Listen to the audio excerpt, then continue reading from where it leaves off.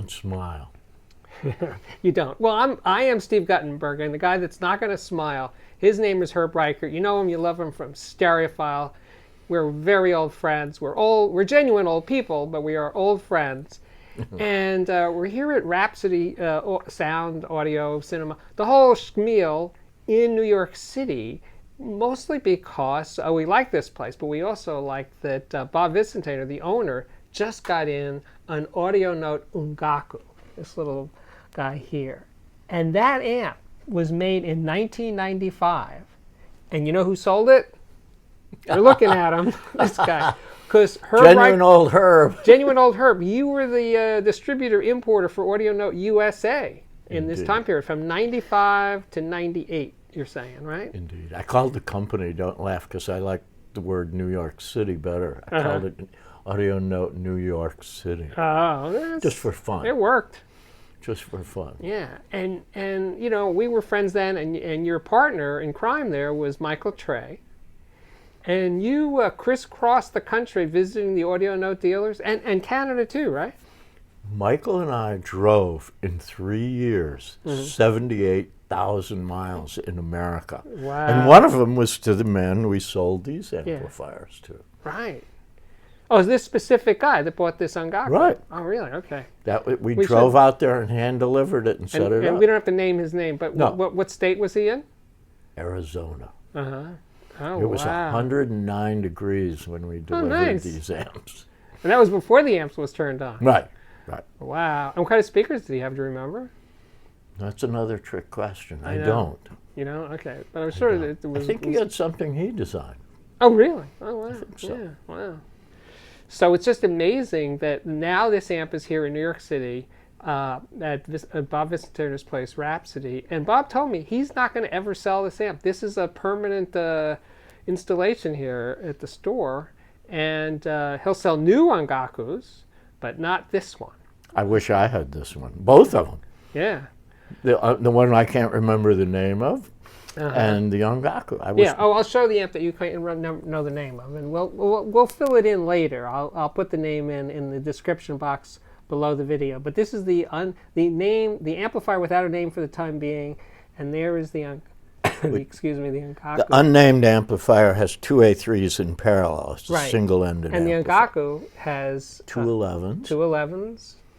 And it has 4 5AR4 rectifiers making a full wave bridge. It's an integrated amplifier, by the way. Right. And look at the side. The inputs are on the side of the part at the front. I can't get to that side. You'll have to use your imagination. But it's a very unusual. If I had one of these, I would never sell it. Well, I'd just buy more tubes and hoard them. Maybe you could just move in here.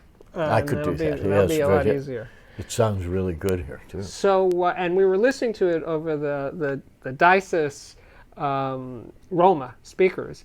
And you were pointing out, what was that word that you used to describe the sound? You said, listen to the aura? Look for the halo. The halo, I remember I lived in a firehouse when I sold this, and I would turn out all the lights at night. And which I always listen at night, but it would make this huge V on the wall from the two 211s. And it was like a cathedral. The ceilings were 25 feet high. The light would go all the way to the ceiling from these tubes in the dark. But you meant the sonic halo. I meant the sonically. It makes a soundstage. In some cases, I told you I was listening to opera, and the soundstage was 50 feet wide. And there's kind of a glow. People might call it a coloration, but it's not. It's just this beautiful sort of halo over things. I noticed that. Yeah, there's no reason to like tubes if you wouldn't like what this thing is doing. But this sound isn't. I don't want it for people who haven't heard it, which is most people who are going to watch this video.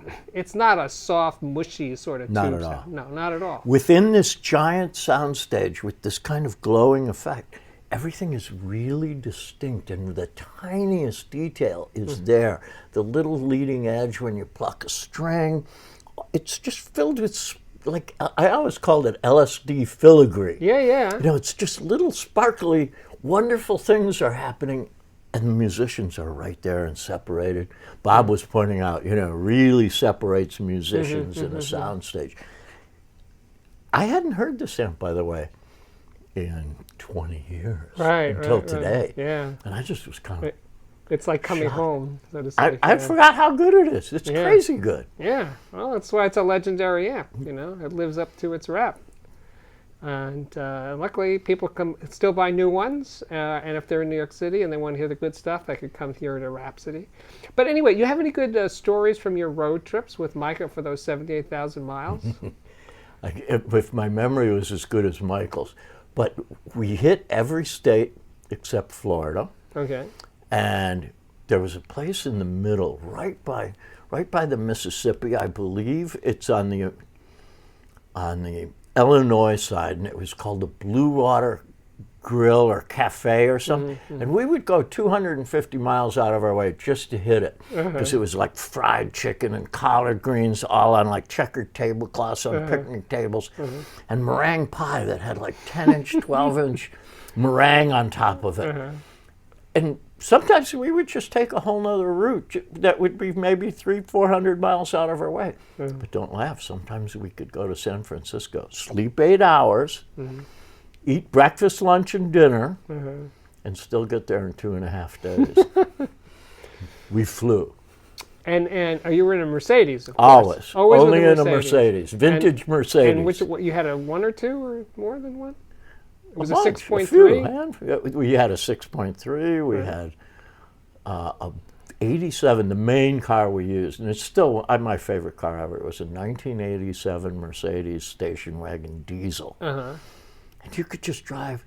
I only drove when it was sunny out, and Mike only drove when it was dark out. Oh, that's a good partnership. So we'd wake up, have a nice breakfast, and then I'd drive till the sun went down, and then he'd drive as long as he felt like it, and then I'd be asleep in the car somewhere, and he'd find a motel and wake me up, and then we'd go and sleep in the motel. Oh, it was fun. I miss it. It was really some of the best time I ever had. So wait, and this is and you dropped in at Stereophile when they were still in Santa Fe, right? Yep. Right. Yep. And then we'd go and ride in Larry Archibald's Mercedes. Right. So that was public relations back then. Oh, Herb, let's go for a ride in a 4.5. That's what Stereophile, Right, because Larry Archibald was then the publisher / owner of the magazine. Right. And he was a mechanic, right? He had been a Mercedes mechanic. Right. And we never talked about Audio Note or Stereophile or advertising. We just talked about Mercedes. That's funny. He'd stand around looking, under the hoods of cars for an afternoon. Cool. I never saw John Atkinson back then either. What's the cable? And you never saw John? I maybe saw him. He must have been there. Yeah. I never met him until I started writing for it. Reclusive at that point, I guess, right? Wow. So, and then your ace dealer in New York City was Andy Singer. Absolutely. And that's its own fun story. I mean, you worked there, so you know. Yeah, I was there at the time. But if you're selling equipment through Andy is good. He's very good. But my relationship was mainly with his bookkeeper. That's funny. Getting paid. Right. Yeah, he sold a lot of very expensive Audio Note. I remember that part. Well, Bob's... Look at this spread here. Yeah. Bob's doing pretty good, but man. Andy's, there's a model above this one, Kyouen, right? That's how you say it, Kyouen. right? And Andy sold like 4 or 5 of them? I think he sold 5 in 9 months or something. Yeah. They were 250,000. Yeah, and that's when 250,000 was a lot of money. Yeah. I guess so. Yeah. I guess so. These are amps, though, that will hold their value. Right. I'd be shocked if they're not worth more now than they were when we sold them. Yeah. And strangely enough, they haven't gone up that much. I believe a new Ongaku's just barely a little more, and a new, like 100,000. whatever the unnamed amp, which is now called the Shuga, is almost the same price. What other company is selling products at the same price at this level of artisanal craftsmanship? I mean, these were all these are hand built. And the transformers too. Hand wound, silver, everything's silver. The caps are hand wound. The silver is drawn by hand through ingots that Kondo made, and it's Italian silver, and they draw it at low temperatures, really slowly. So it's kind of like pasta. Yeah, exactly. Yeah. Italian ingots, Italian silver, Italian pasta. It all makes sense. Yeah. And the shape. I mean, shape, yeah. Everyone should. And you know, people talk about tube rectifiers. This one doesn't just have a tube rectifier. It has a full wave bridge using 5 AR4. Just the heater current for that is more than most tube amplifiers, even at 200 watts, would have. I mean, this is nothing that was done half measures in this thing. It was all full on. Oh, wait, and you also had Audio Note made speakers, right? And drivers? Yeah. Like a horn-loaded tweeters, I believe? Wasn't he that was after me. I'm not sure about horn-loaded tweeters. Okay. I represented avant-garde at the time, though. And we typically, you know, we would set up an avant-garde trio or something like that and install an Ongaku in between, and it looked very nice, and it sounded extremely like I described. You know, that's what I heard. That's the system I heard the 50-foot wide opera on one day. So you could say that this was like the second Japanese audio invasion into the U.S., right? Was when compared to the 70s. Well, yeah, with Sony receivers and stuff. But this is the second wave of high-end single-ended triode Japanese audio.